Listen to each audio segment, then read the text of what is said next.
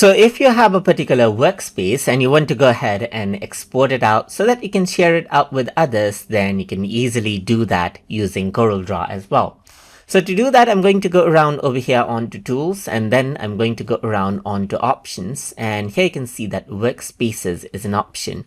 So over here you can see that there are different workspaces right here. So you can see that I got custom workspace right here, for example, which I saved as TutorTube. So let's say what I want to do is I actually want to go ahead and export out this workspace so that I can import it out later as I need. So to do that, simply click on export, and you can choose what you want to export right here. So there are the different workspace elements that you can include in this particular file. Simply go ahead and click on export. Then you can see that this is a Corel Draw workspace file right here that you can simply go ahead and export it out as you like. So I'm just going to go around onto TutorTube, and then on the drive right here, I'm going to say Corel Draw workspace right here, just like this, and I'm going to go ahead and click on save. So once I go ahead and do that, what happens is that the workspace gets exported right there. So now you can see that this is what you have. If I were to go around onto the same folder, you can see that this is the file,